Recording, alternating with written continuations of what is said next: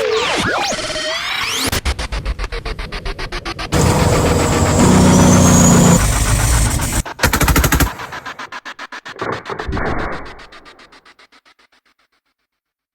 everybody. Thank you for watching The Naturalist Capitalist. I'm your host, Reed Coverdale, and I've got a special guest today. He's an author. He's a filmmaker. He's sort of a modern philosopher, Pete Quiñones. How's it going, Pete? Good. Good pronunciation too. It's better than people in my family.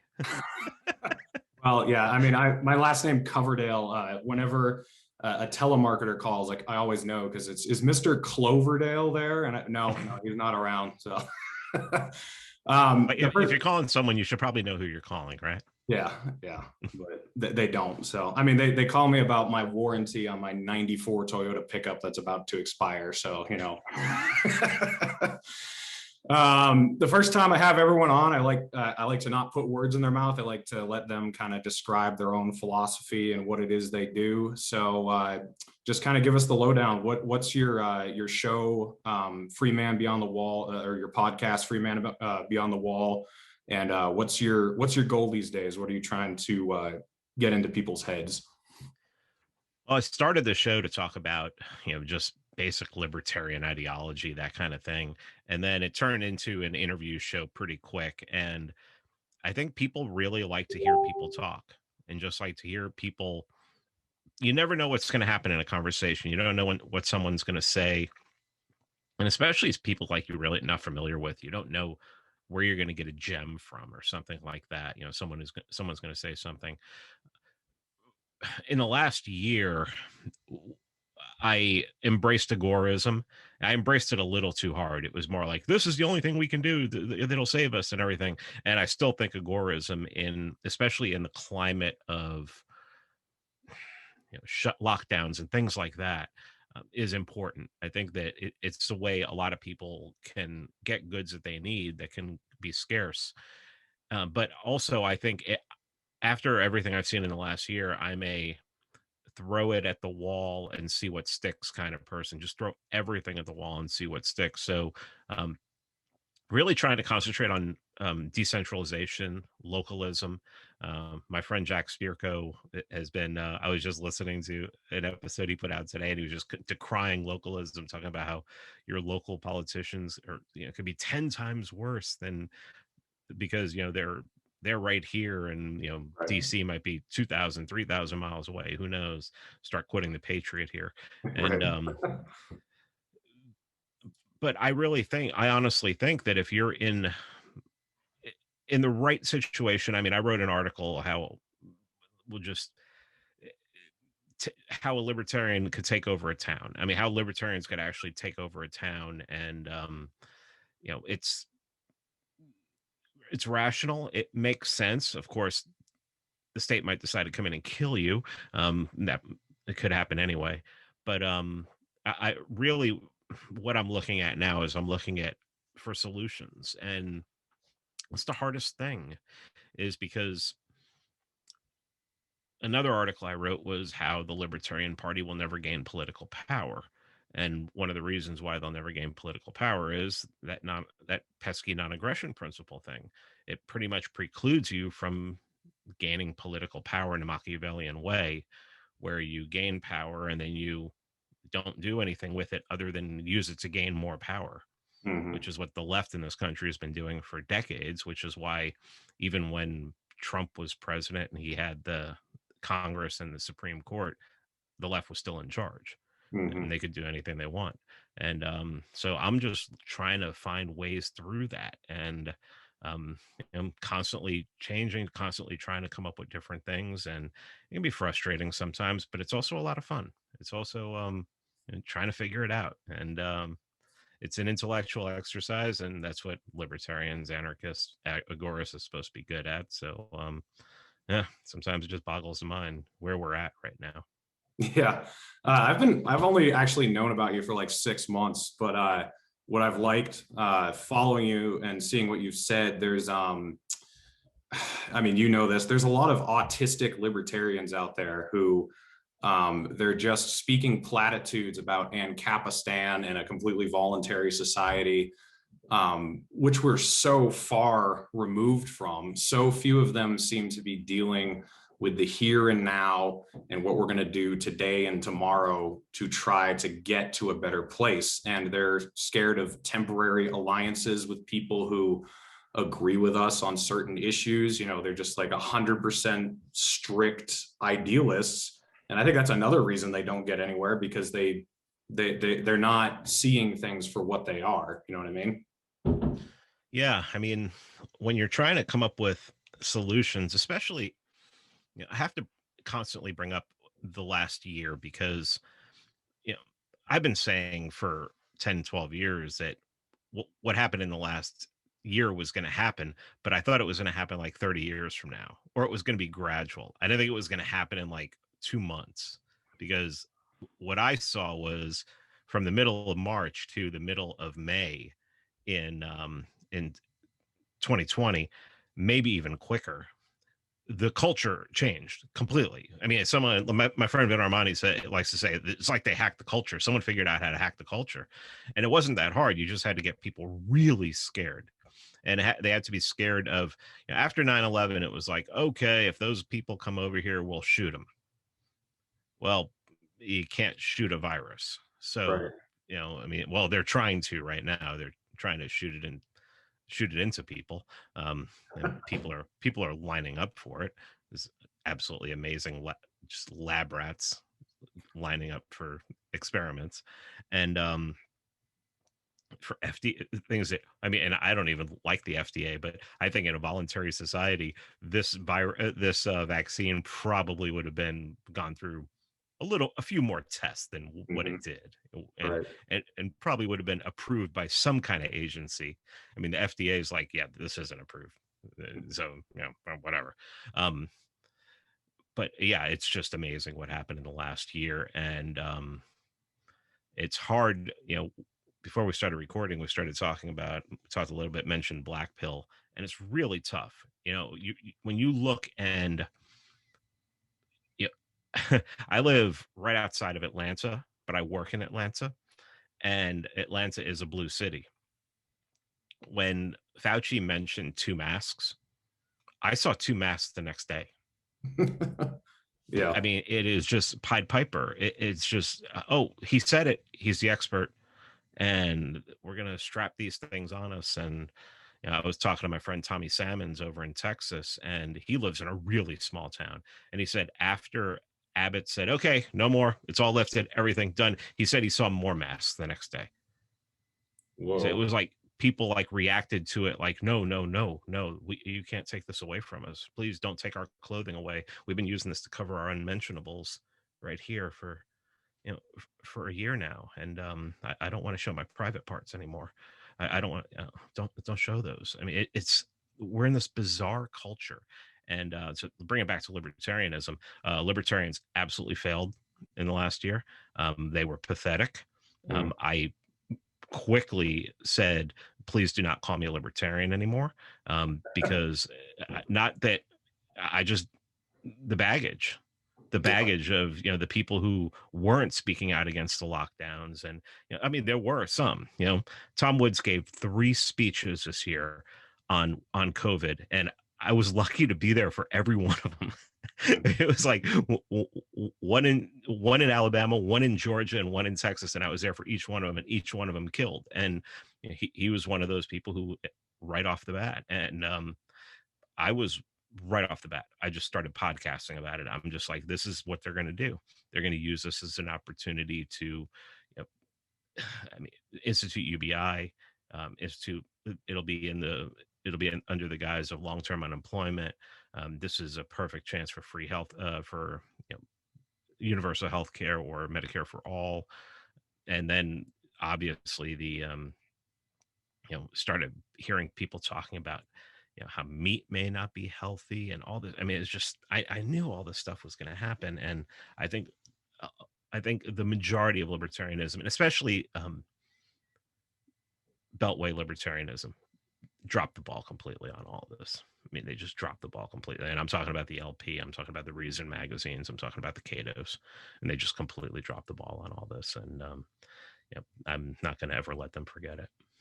Yeah. So do you think, regardless of the resistance that we could give to it, that it's just inevitable that people are eventually just going to take this, because it seems to be what happens throughout human existence. It seems like we're becoming more and more centralized, and we're just becoming more and more dependent. And it seems like an Orwellian or Huxleyan future is just kind of what we're destined for, no matter what. And those of us who do actually fight against it, we're just going to be ostracized with, or as you've said, they won't even let us be ostracized. They won't even like let us be alone. They actually come after us. But do you think it's just inevitable, or is there actually a way to steer the ship away from it? I mean, it's going to be in small pockets. Um, I mentioned my friend Jack Spirko again. He mentioned today, he said that what it seems like is people who are going to embrace like cypherpunk kind of decentralization, put their money in crypto, get out of cities. He's been saying get out of cities for 12 years. Definitely in the last year, that amped up a lot. Um, I think that probably I agree with him that what it's going to be is there's going to be a remnant, as Ron Paul likes to refer to it. There's going to be a remnant of people who are going to be able to mitigate these circumstances because they set themselves up ahead of time, and the overwhelming majority of people are just going to plug into the matrix. Mm-hmm. And they're going to be energy for what's coming, whether that be the World Economic Forum, the Davos crowd, whether it be the Bilderberg crowd, whether it be the Chatham House crowd. I mean, I think that they're going to end up serving them. I mean, one of the things that I've been harping on, and my friend Jose Nino has been harping on for years now, is the war on meat.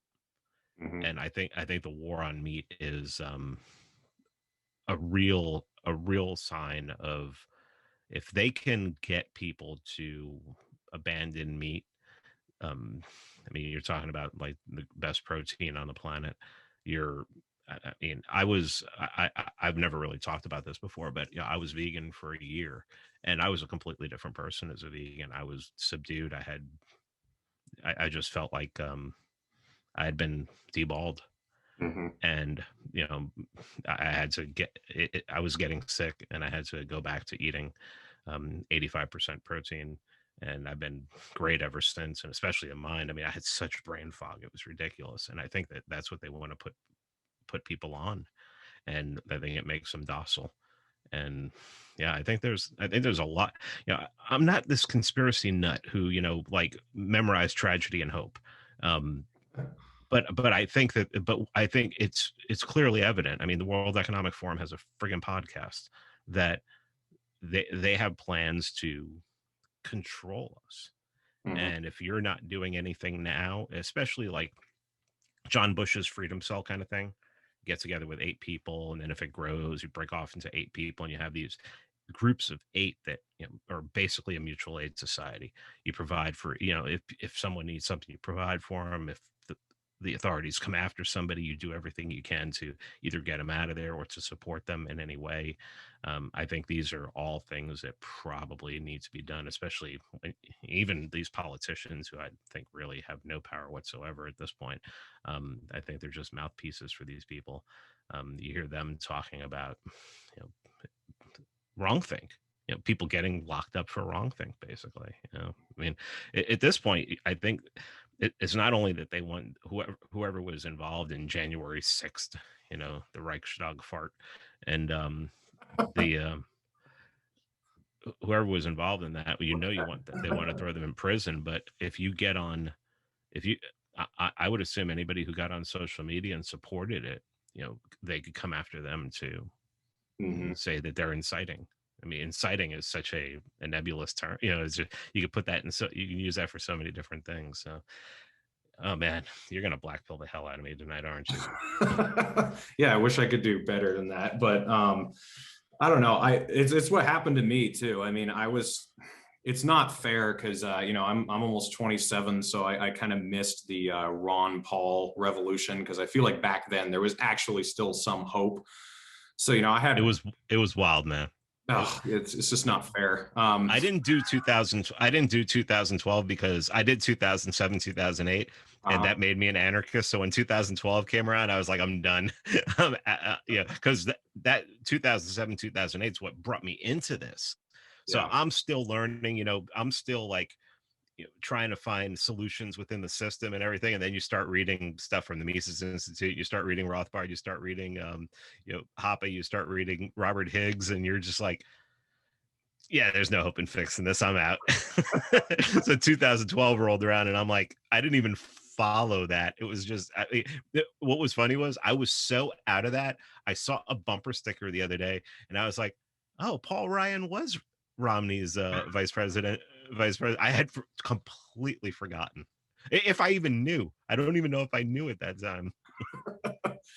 Yeah, but I had Rand Paul, which was not very exciting, and then actually, Tulsi Gabbard was the best it got this time around, and I don't know, it just sucks because you want to be part of something that you really think can change something for the good, but when I really started taking the black pill, the lockdowns were the beginning of it, just because how quickly everyone took it. I wasn't expecting them to be that automatically subservient. I thought there was going to be a little bit of resistance, or I thought it wouldn't last that long or something, but it just went on forever.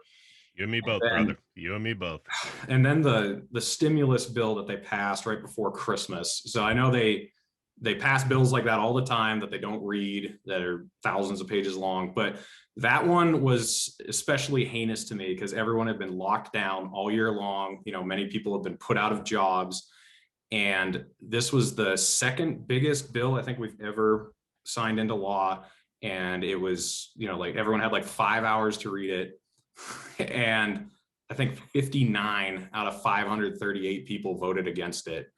And it wasn't even just the fact that that was the tally, it was the fact that the response of the public was not outraged. The response of the public, even like a lot of Republicans, their response was, oh, I have $600 that I get to spend on Christmas presents.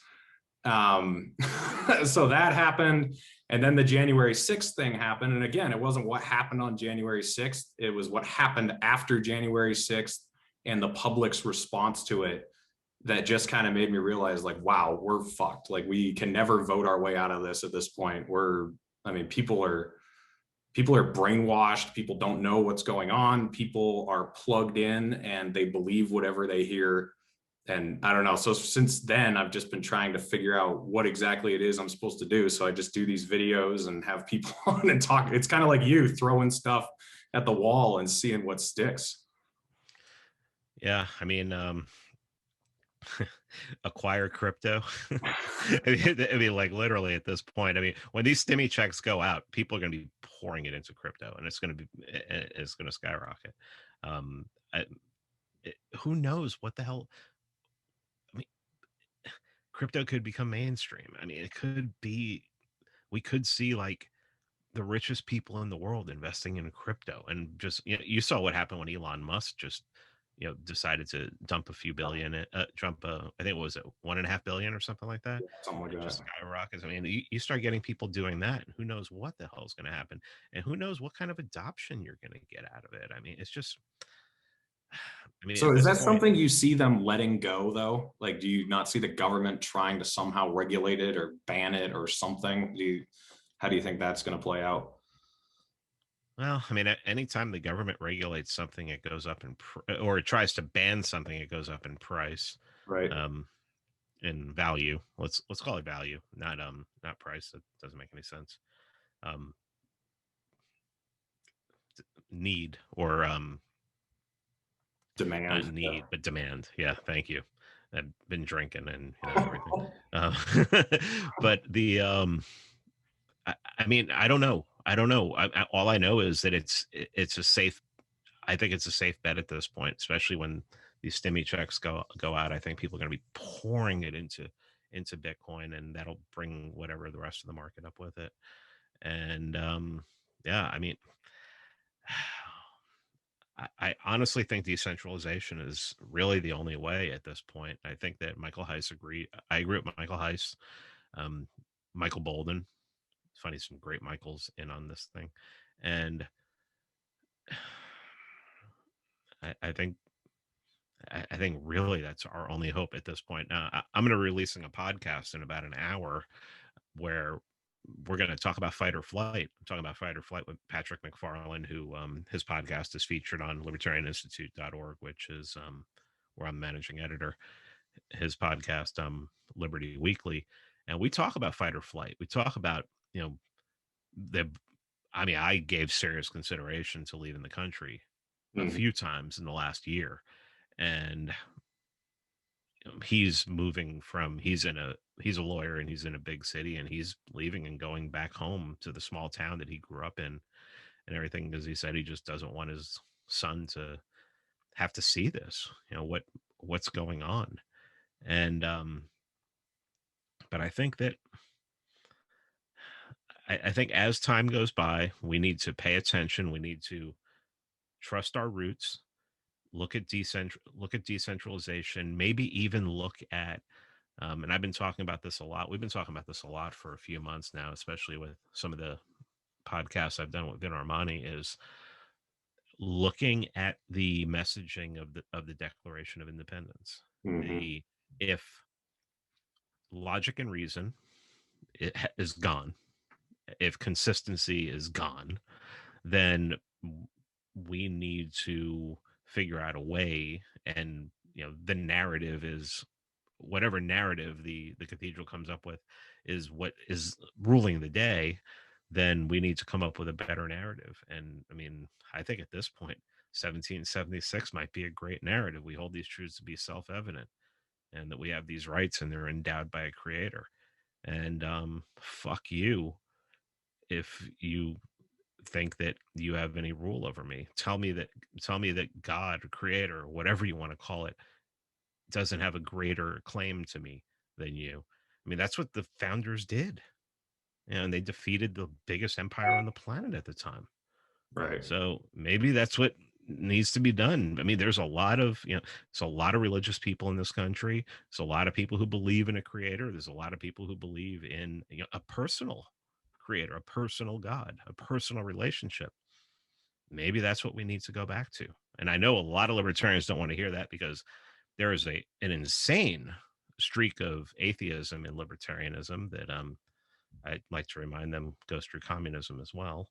Um, and they don't want to hear that. But what fucking other choice do you have at this point when you're, you know, preaching about how consistent you are? No one cares. Mhm. You need to come up with something else. And I mean, I think that, when you look at someone like Murray Rothbard, who wrote, 5 volumes on the founding of the country, I think he saw that as a real step, a real, I was going to say leap forward, great, a real move forward in civilization, in classic liberalism, in freedom, in liberty. And maybe we just need to let's go back, we fucked up, go back, like the meme, go back, we fucked up, and embrace that again. And maybe that needs to be our message. Mhm. Endowed by our creator, these inalienable rights. And if the government tells you any differently, tell them to go fuck themselves. I mean, Mhm. maybe that's the fucking message. I don't know. So, who do you view as potential allies? Because I've listened to you talk about this a lot, and it seems to kind of, as you said earlier, it kind of changes day to day. Looking at the sea of people out there, but Because they change day to day. oh yeah, That's yeah, exactly. that's yeah, it's crazy. um, but as I said earlier, I feel like the masses are not awake. The masses are arguing about Mr. Potato Head right now while everything else is going on. But I feel like the people that there is hope to reach, that the things that have happened have actually accelerated their um, their accelerated the process of waking up for them. So whether that's some disenchanted progressives or some disenchanted conservatives, who are realizing that the system needs to be abandoned. It seems like this has really ripped them out of the matrix faster than anything else would, even though most of the masses are still asleep. Do you think that's true, or? Yeah, well, let's concentrate on the question about who we see as allies. Okay, Mhm. and let me start with the left, because when you start with the right, it always triggers it triggers the right people. But Yeah. let's start with the left anyway. Um, red pilled progressives, 100%. The ones who know what the media is in this country and knows what academia is in this country. Um, that they may even know the term the cathedral and understand exactly what it is. I think they're ones that we can talk to on the left. The woke left, I mean, I'm for Petrograd 1917 style line. I'm up against the wall. I mean, these people are monsters. These Uh-huh. people, I mean, they will destroy your life. A very evil man named Sam Hyde said, and I'm going to butcher his quote. He said, "The left wants you dead, subjugated. They want your children raped, and they're going to laugh about it the whole time." And I mean, he was talking about those people, the woke left, and they will. They will laugh if you get if you're an anti-masker and you die of you walking across the street and you get hit by a car, they'll fucking laugh at you Mhm. if you disagree with them. All right. So on the left, yeah, I mean, the only people I see reaching are people who've gotten red pilled, and really, it's really only progressives. I mean, your Jimmy Dores and your Tim Dillons, people like that. Right. Um, on the right, I mean, it's red pill people, yeah, people who know that the media doesn't have a bias, but they have an agenda. People who hate academia, and I mean, these could be. I mean, no one. Well, there are people who have done it more than me, but there are not many people who've made fun of QAnon people more than me. I mean, Right. I can attest to that. That's true. yeah, from the start. I mean, and I'm talking about you can go back years. The first time I heard about this, and I'm like, okay, so the CIA set up another psyop. Awesome. Right. And it's like, and I know people. I know somebody who made a Q drop as Q, and he lives in another country. I mean, it's not. It wasn't someone in the White House. It was somebody who lives who lives 14 hours time difference from me, Mhm. and he did a Q drop. Okay, so these people are freaking retarded. I hate to. I know that terms. It's ableist, and but I mean, at this point, if things are so bad, and if we think things are so bad, we should be willing to ally with anybody who's willing to ally with us. Um, I mean, look at I've had Hotep Jesus on my podcast twice.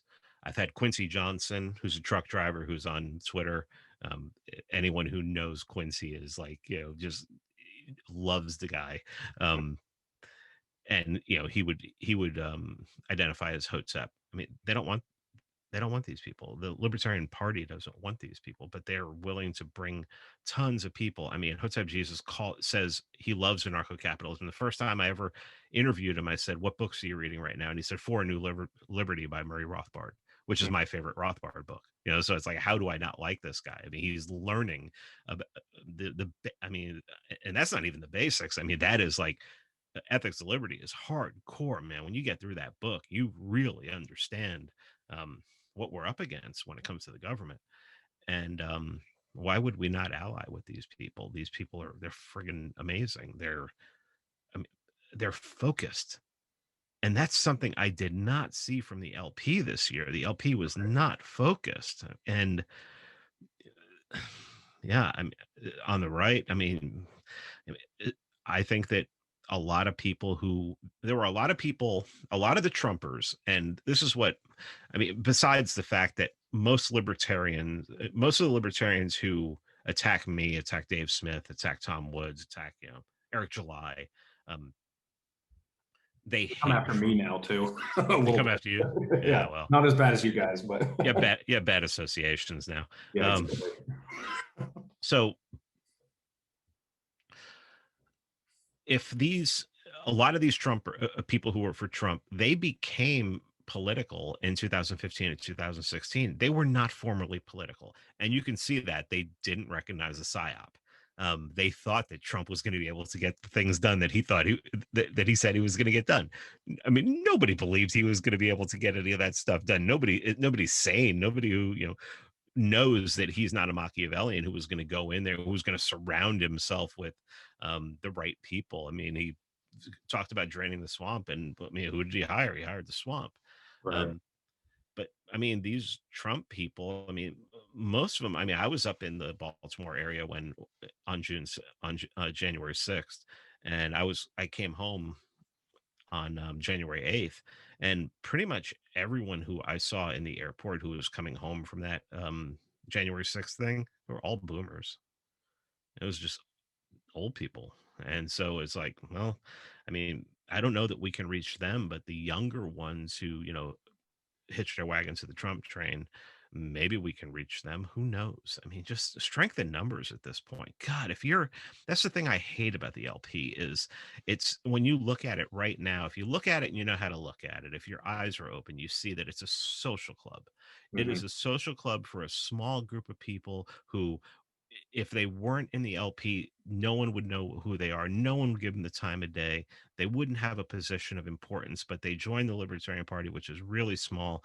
And because Nicholas Sarwark decided in 2017 and 2018 that he was going to appeal to the friggin' woke left and he was going to go after them, they got all happy and they got seats of power and everything like that. And now it's just that woke stuff is such cancer, man. It is. I mean, do you realize who you're hitching your wagon to? I mean, do you really want the Libertarian Party? I mean, I would much rather have, 10,000 hoteps than 10,000. If 10,000 woke people join the Libertarian Party, I'm fucking out now. I mean, it's like, what are you going to do with that? I mean, we can out recruit them, sure, and everything, but who who knows? I mean, and the Libertarian Party is corrupt. People don't even talk about the 2016 anymore, and where all this money was coming from, and how certain managers of certain campaigns were getting paid more than Hillary Clinton's managers, and where the hell was that money coming from? And no one talks about that anymore. Yeah, I mean, yeah, this quote unquote takeover. I know people don't like that language. They can go fuck themselves. Um, it has to happen. And you don't even need to purge these people. You don't even need to show up and say, hey, you leave now. I mean, you get enough people in there. You just overload it with real libertarians. And these fake pieces of shit are just going to leave. I'm sorry. I'm sorry to talk like that. But I mean, some of these people tried to have me fired. And you mess with my money and you just mess with my emotions. And Yeah. Yeah. yeah, I can't speak to people in power because I just don't know enough about it. But just people that I've associated with who identify as like that woke libertarian, they I had nothing against them when I came in. I didn't do anything to aggress against them. And then I got friendly with Dave Smith and had him on my show and started talking with Scott Horton and people from the Mises Caucus, and they instantly started demonizing me, even though nothing I said changed other than that I was being more friendly toward these people. They sort of started self deporting, they started like keeping their own distance. So I feel like they're less of a threat than a lot of people make them out to be. Like if people join and are united in trying to push a strong message of liberty, I think these people are going to kind of become irrelevant because that's at least the people that are around me. That's kind of what they've done. They've just you realize they have like no following, no fan base. They kind of just disappear. It might be different up top. I don't really know how that works, but well, if you're a group that's coddled from the top, you could be the smallest group. And as long as I mean, just look at society in general. I mean, mhm. what percentage of the population is trans?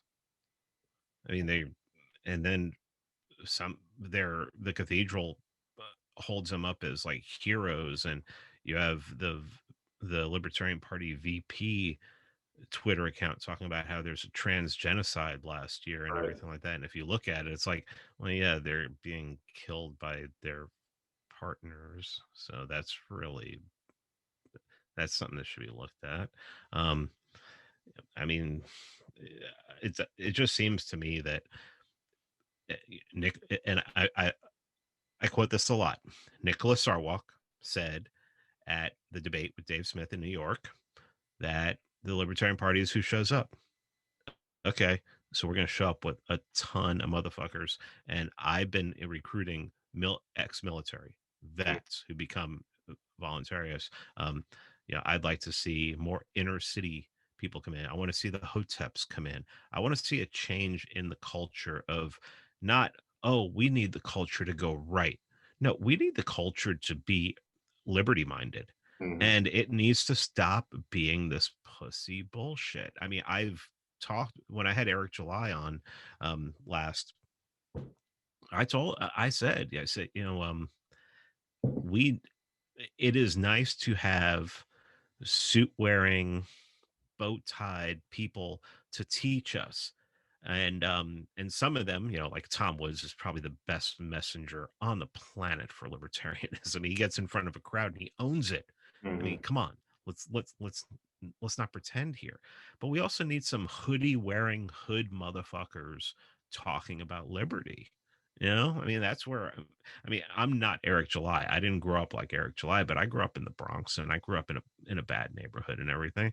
And I just decided, and for the first 3 years of my podcast, up until this bullshit happened last year, I thought that if you're going to be a libertarian podcaster, you just need to be respectable and, put on an air of respectability and everything like that.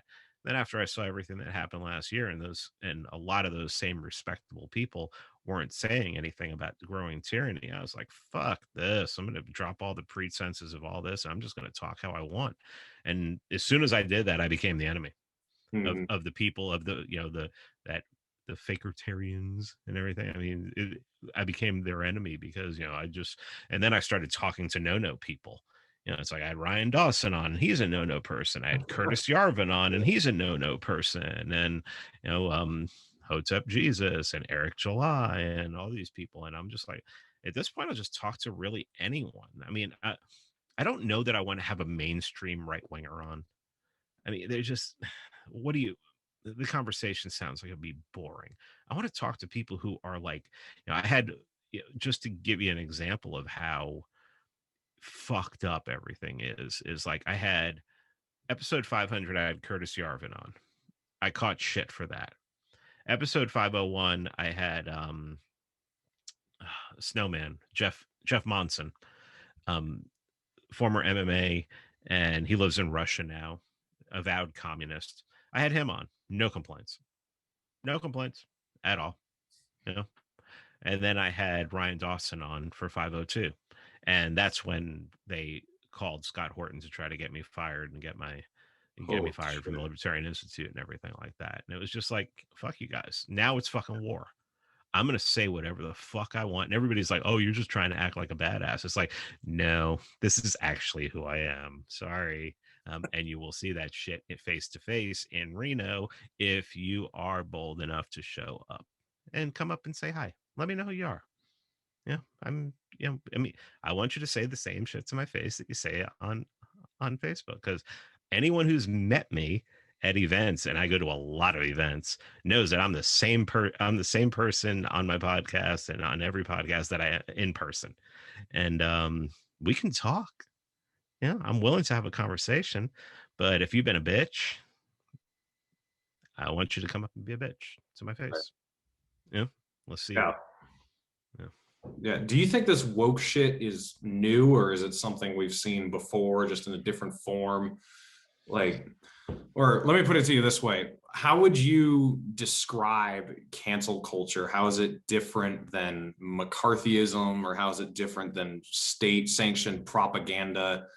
I kind of think of it as like it's not really government policy. It's like public public disapproval to put people who are saying a narrative that is unpopular out of the public eye. I don't really know how to describe it better than that. I don't know how you would. Well, the reason the left hates McCarthyism so much is because that was when the right won, Mm-hmm. and the right won. And let's not get this wrong. There were Soviet agents in the United States. Alger Hiss was in FDR's White House. Mm-hmm. He answered to Moscow. He answered to Stalin. There were Soviet sympathizers and people, and let's put the sympathizers aside. There were there were American born people who were reporting to Moscow. Well, if you are a statist, then that's anathema, and that needs to be taken care of. So if that's cancel culture, I mean, it just sounds to me like that's protecting your interests. I think cancel culture, the way it is now, eh, I've seen a lot of people like, I think Hillary Clinton put out a tweet. I mean, can you believe she's still alive? I, they haven't deprived her of baby's blood yet. I mean, she lost. She lost. Um, she put out a tweet reminding everybody that cancel culture started with freedom fries, Mm-hmm. where after 9/11, anti-French sentiment Right. popped up again, and it's like, we're not going to call them French fries. We're going to call it. So basically, they canceled a word. Mm-hmm. They didn't cancel the French fries. Nobody stopped eating French fries. They just, some people, very few, no one I knew, called them freedom fries for a while, and now they're French fries again. Okay, so um, that was their example of cancel culture. And there were also, like, the Christian right since the 80s has tried to cancel people. I mean, it was Right. the worst. One of the biggest mistakes Ronald Reagan ever did was allowing the moral majority in the Christian right into the White House. And just huge mistake. Separation of church and state, all that. But they tried to get people canceled back then. They got some people canceled, but it was mostly politicians. It was mostly people in power. And Right. when you play a power game, when you decide you're going to be a Machiavellian, I mean, you expect to get your throat slit at some point, metaphorically. And yeah, so no, this is completely different. This is going after, like, regular people. This is going after, this is people who work in a corporate environment.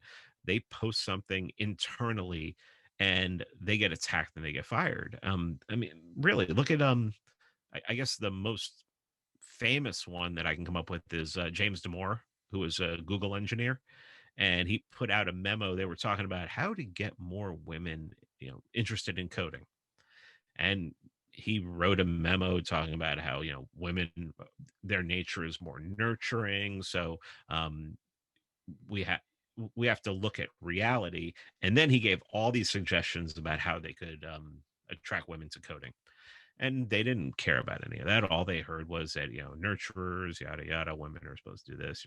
Have you ever noticed that, like, do you watch The Expanse? No. Okay, so The Expanse is this, it's a really good show. Mm-hmm. um it's about outer space. You have Earth and then Mars, and then you have all these people who live in the outer belt. And, like, the outer belt, they have an anarchy symbol as their symbol and everything. So there's a lot of it's very libertarian, a lot of libertarian themes in it. It's pretty good. But the one thing that they have that just doesn't make any sense is there's so many women in positions of power. And I'm not talking about positions of power politically. I'm talking about a position that you would have to be physically ready to fight and dominate people with to hold. And that just is unrealistic. Mm-hmm. And me bringing that up right now is like, I should be canceled because of that. Because I've brought up the fact that I don't know. Personally, I don't know a woman who could beat me in a fight. And I don't want to fight a woman. I'm just saying, upper body strength and all that. Um, there are some out there, um, but just bringing stuff up like that, and Damore just talked about studies that have been done for decades about what how women are, how women think, how they view the world, and he got canceled from Google. And I mean, what do you do with that? I mean, if that culture owns the press and they own academia and now they own big tech and they own social media, well, what do you do? Do you? I mean, at this point, it's like, I mean, my Twitter got nuked for that, for bringing stuff up like that, and I can't make another Twitter. As soon as I make another Twitter account that has like my name in it or anything like an old account, they nuke it. It gets nuked immediately.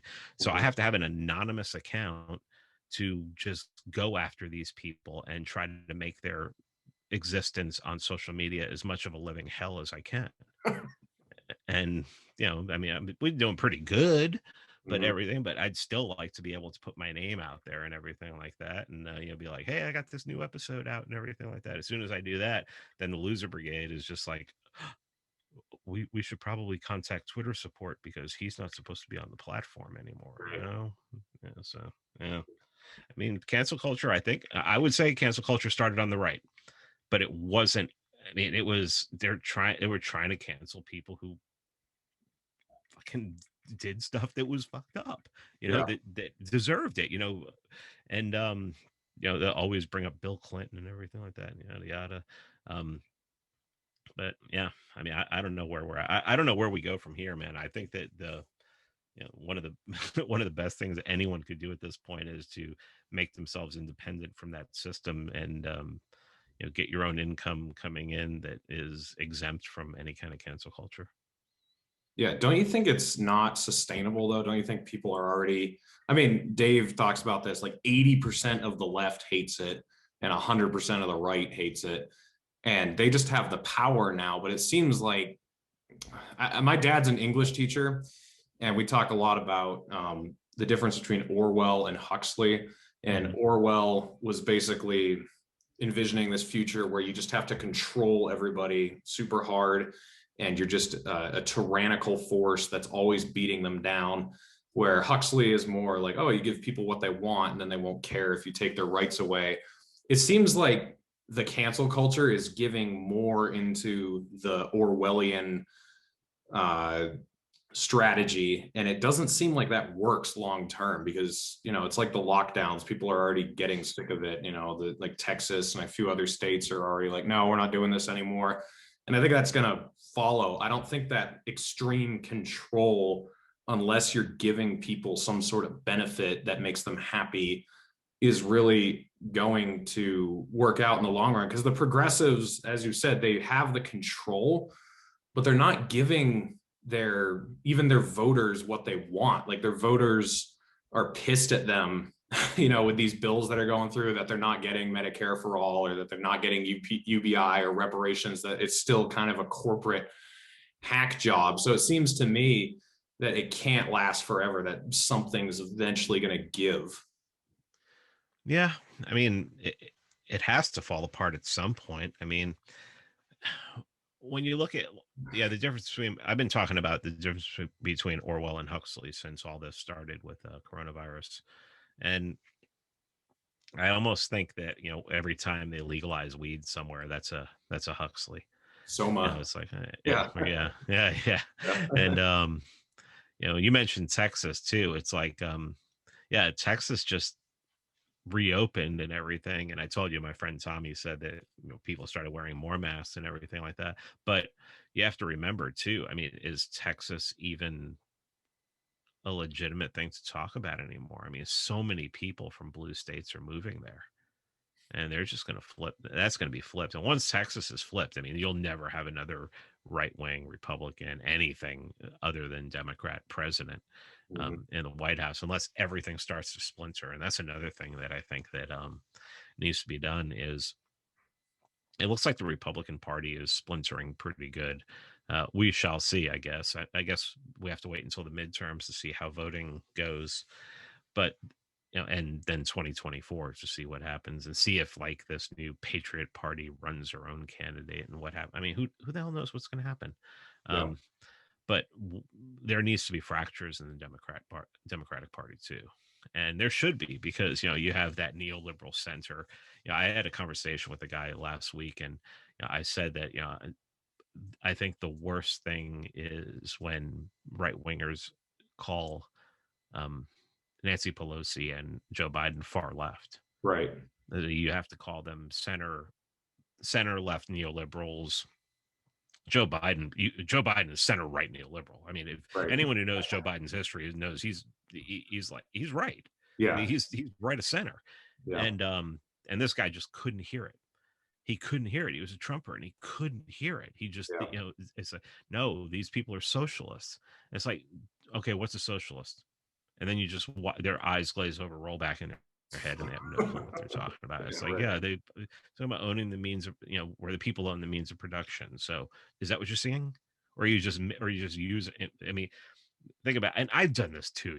I just call people a socialist as a pejorative and call them a commie as a pejorative. But I understand what those things actually mean. If it came down to a conversation, I can tell you what communism is. I can tell you what socialism is, and what we have now is, I know a lot of people are going to be happy to hear me say this, and a lot of people aren't going to be happy to hear me say this, but we have pure fucking fascism at this point right now. The textbook, I mean, we're getting close to the textbook of fascism, and people just don't want to hear it. I mean, these bills, these bailout bills, these are just pure fascism. I mean, Mhm. it's just people don't want, no, because everybody, the problem, the thing about communism and socialism is people normally relate that to economics. When you talk about when fascism comes up, people don't think economics. Now they think They think genocide. social. Yeah. Yeah, they think social. They think social order and genocide. No, it is about economics. And what's funny is if you see the original fascist platforms from like the teens, oh, it was Medicare for all that kind of stuff. It was great, Yeah. women's rights and everything like that. Um, but yeah, I mean, what we have now is just fashion. It's just growing fascism, and people don't see it. They think, oh, it's so, God, these Pelosi and Biden, they're socialists. They're turning this into communism, and it's like, sorry, bud, Yeah. sorry, you missed this one. Yeah, no, I would have liberals pull their hair out because they would tell me, Donald Trump's a fascist. And I would say, yeah, he kind of is, but so is Joe Biden. Like, they're both corporatists who just Sure. support these policies that just funnel all our money straight to these corporations while we stay locked in our houses. That's pretty fascist. So, It's not even our money. It's not even our money. It's not even tax dollars that are right. having it anymore. It's future tax Printed money. dollars, and it's like, yeah, and I keep bringing up my buddy Jack Spirko. He said today, he's like, he said very soon. He said very soon I can see there not being an income tax. Mhm. It's because they don't need it anymore. They just don't. They're just printing everything, and as long as they can keep this thing going, I mean, as much as they printed in the last year, can you not? Can you? I can't believe bread's not $10 a loaf. I know. Yeah. I mean, how are they doing this? Are they price fixing? Well, if they're price fixing, we're gonna have shortages soon. It's like, come on, come on, people. Just read basic economics. Read Seeing the Unseen and the Unrealized by like Per Bieland. You'll learn all this stuff. It's 160 pages, and you'll just know it all. Or Economics in One Lesson, obviously, from Henry Hazlitt. You'll know all this stuff, and you'll see it. And economics is where, I mean, that's how I really judge a lot of like libertarians, is by economics. It's like, Mhm. if you really don't understand economics, I mean, I don't care. And Eric July says this a lot. He goes, I don't, I can't really, I don't care if someone's socially left or socially right. That's not what libertarianism is. Libertarianism is about economics. Right. And if your economics isn't right, and Jeff Dice said this, God, I think it's like March or April of last year on a podcast. I can't remember what podcast it was. He said, if you meet a libertarian who's really bad on economics, 9 out of 10 times they're like a terrible libertarian. Mhm. Yeah. Yeah. Well, I've had you for an hour, so I don't want to keep you longer than I asked you for, but just tell people where they can follow you still. And I just want to tell people to watch your documentary, Monopoly on Violence, because I watched that recently. That's totally worth the watch. But Thank you. tell us where we can follow you and keep up with you. Okay, well, you mentioned a Monopoly on Violence. Thank you. It's streaming on Amazon Prime. If you have Amazon Prime, it's free. If not, it's nominal. I don't even know what it was. I wasn't in on that. You can still see it on YouTube. Over 100,000 views on YouTube. But we're doing another documentary, and it's going to shooting at the end of this month, and it's called America's Police Crisis. So if you go to americaspolicecrisis.com, we had an Indiegogo, it closed, and we're still taking funds on it because we didn't reach our goal. And americaspolicecrisis.com will direct you to there's PayPal links, there's crypto links there, and yeah, you can still get, like we were doing what we were doing sorry about that what we were doing for is, like, if you donated $50, you get like a Blu-ray. If you donated $250, you get a Blu-ray, and then you get your name mentioned in the credits. And it's $1,000 for, like, you become a producer, and you'll be on like the IMDb page. You'll have your own thing on the IMDb page and everything like that. We had a lot of that for Monopoly on Violence. So we really need to fund that. So do that. Also, Free Man Be on the Wall podcast. I have a Substack that a lot of people seem to like. People are really, when I started writing for that, people really glommed onto it because I was basically going no holds barred, and I was just like, I write it. I'm the managing editor of the Libertarian Institute, and when I put stuff up on the Libertarian Institute, it has a little bit different a tone than what's on the Substack. But that's petequiñones.substack.com. By any means necessary, you can look for that too. You'll see Malcolm X right there with a rifle. And yeah, I mean, that's it. I have a Patreon. You can look up my name on Patreon, subscribe, same thing. On my website, freemanbeonthewall.com/store, you can support me. I have my own payment system on there. And yeah, I really appreciate it, Reed. I've been following what you've been doing for the past few months since you and Dave started talking, and it's impressive. It's to watch. It's very rare nowadays that when someone has an opinion and they take a stance, that they actually change it, learn more. And I've always said that, and I don't know, I think it's attributed to Winston Churchill, but pretty much every quote's attributed to Winston Churchill nowadays. That it's a when you get more information, talking about getting more information and changing your mind. And yeah, I mean, that's my whole life has been getting more information and changing my mind. I don't believe the same things I did a year ago because I've gotten more information. So, kudos to you, man. You're doing a good job. Thank you. Yeah, well, I thank you guys for being willing to talk to me because I was a nobody 3 months ago, and I watched your episode with Liberty Lockdown, and I think it's great, like all the promotions you guys do. Like I see you and Dave giving shout outs to different people on your shows and stuff, and it's really great. So I'm grateful to be part of this community. And let me give one more shout out. yeah, the greatest libertarian alive, Scott Horton. mm-hmm. Please, Scott Horton is my partner at libertarianinstitute.org. Wrote Fool's Errand, Time to End the War in Afghanistan, Enough Already, Time to End the War on Terrorism, the Wars on Terrorism. He's the best of us. He is the smartest of us. And if you have not read his books, just go. I mean, you can get them go on libertarianinstitute.org. We have a book section there. And he really is I mean, he's talking about the most important thing that libertarians should talk about. And, we've had people in the Libertarian Party over the last month and a half, say that they wouldn't vote for somebody who had unapproved opinions even if they knew they were going to end the wars. Right. And that makes me that makes me a combination of pissed off and makes me want to cry as well. Mm-hmm. Yeah, well, Scott will be on the show on Thursday, so everyone who's watching, make sure you check in for that. And Pete, we'll have to do this again. Thanks for coming on. It was a good conversation. Anytime, reach out, man. Thank you.